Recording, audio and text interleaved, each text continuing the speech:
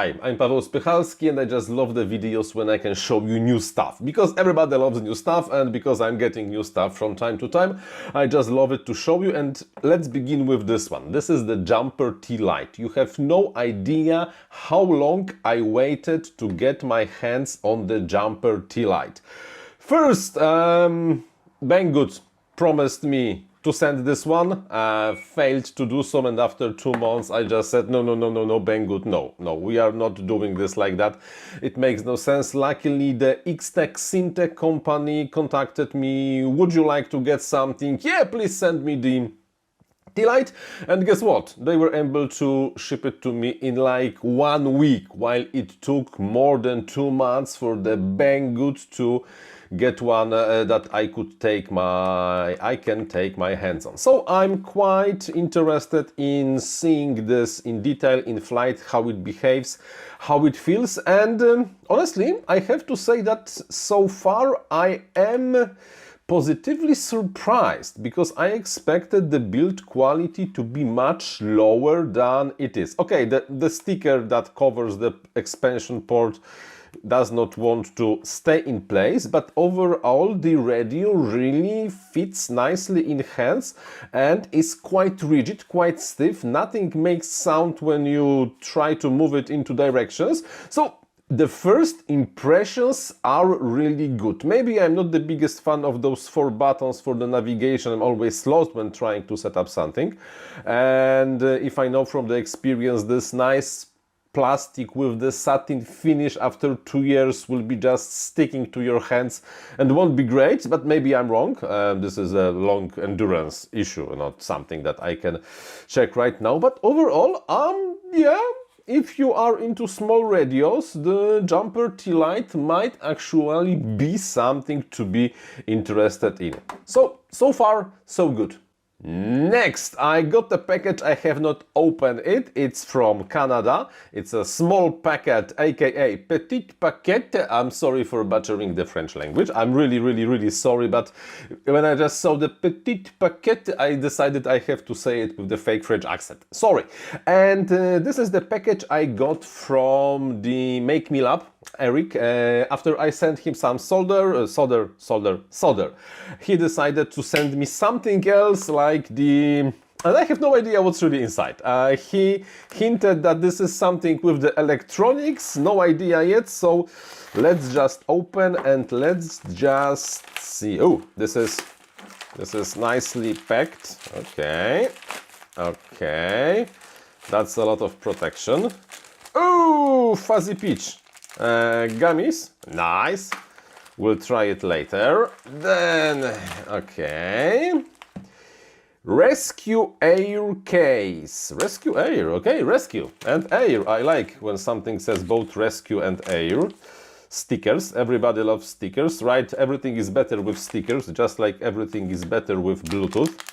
So we have a case, nicely cut, well, nicely, heavy cut acryl, yeah, I think it's acryl. Okay, now, okay, ResQ do-it-yourself kit, firmware PCB ResQ V2.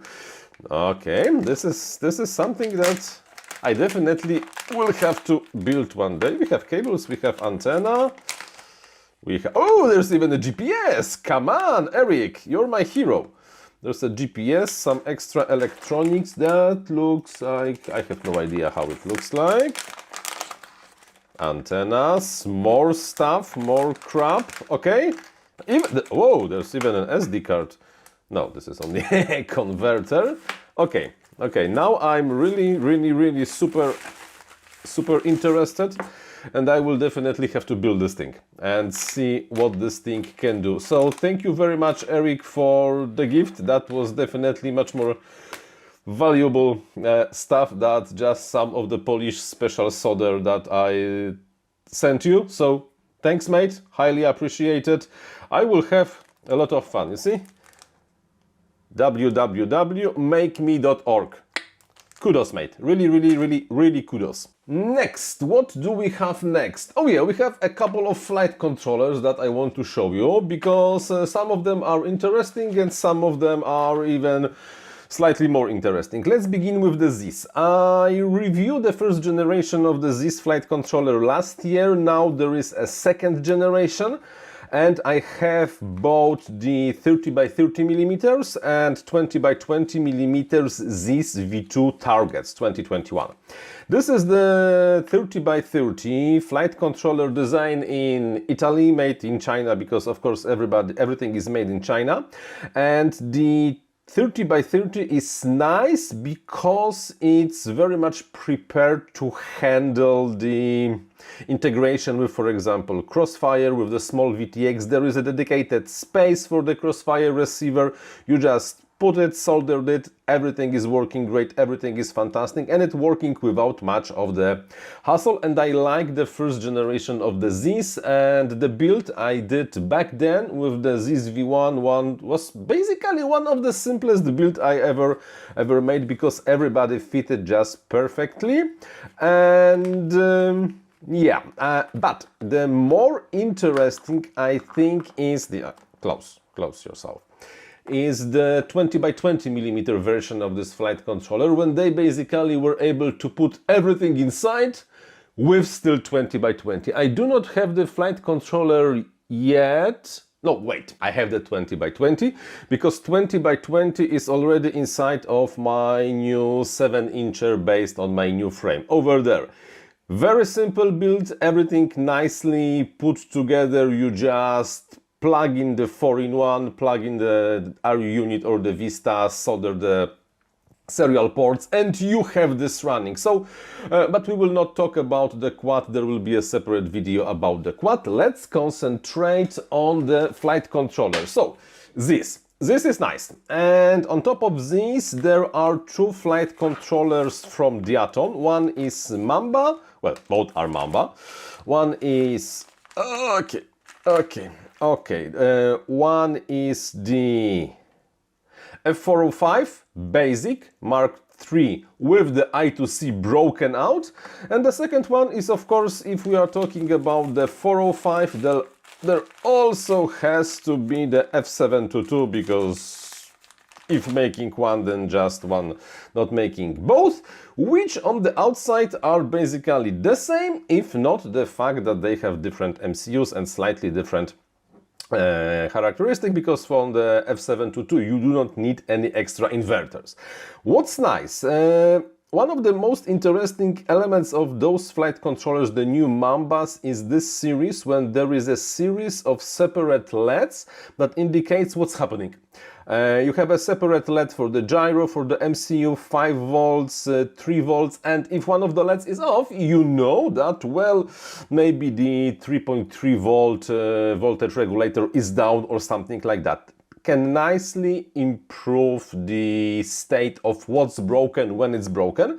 And also those flight controllers have integrated drivers for the LED strips. You do not have to use Betaflight or CleanFlight or iNav or anything else to drive LED strips, because with the press of the button over here you can change modes and the colors of the LEDs, because there is a separate MCU that handles that. So, interesting choices, and almost like always reasonably priced. And by the way, those flight controllers will be fully supported by the upcoming iNav 3.0. That's very important. And finally, for today, I have a new multimeter, because multimeters are always cool and are also always useful devices. So I decided to replace my old and cheapish multimeter I have over here. So I got me the Unity UT61E+. Originally I wanted the Fluke, but then I checked of how much even the basic model the Fluke is, and no, I will not pay that much for the multimeter from Fluke when knowing how often I will be using this. I'm not an electrician, I'm using this maybe once every few weeks to check something while I'm soldering. Electronics is not something I'm doing every day. So I decided to rather go with fancy functions than with the brand, but on the other hand I have a lot of equipment from the Unity already, everything seems to be working fine. So I got me UT61E+, which True RMS is one thing that has this USB connector over here. So in theory you can plug in a special cable which has the optical interface, so that if you have a short circuit somewhere you will not blow out your USB port, and you can connect this thing to the application and have the readings on the screen of your PC. However, I failed to configure it. I have no idea what's wrong. The serial port is in theory detected, but the multimeter is not detected. It's not working. Still, as a multimeter, it's a nicely fits in your hands. Have those slots for your probe, so it's nicely attached to places, and it's working just fine. But something that I don't like already, but this is, I think, applies to all the unities. After you will put it in the mode, for example, I want to have it in the beeper, so I have to press the select button, and then it will turn off, or I will turn off. It will not go back to the beeper mode. I have to one more time go into the beeper mode. So this is slightly irritating because I'm using the continuity checker beeper quite a lot, and yeah, but overall quite a nice-ish, has this nice kickstand, so you can place it. It's a red, it's a gray. Cool multimeter. And that's all for today. Thank you very much for watching, and until the next one. Bye bye!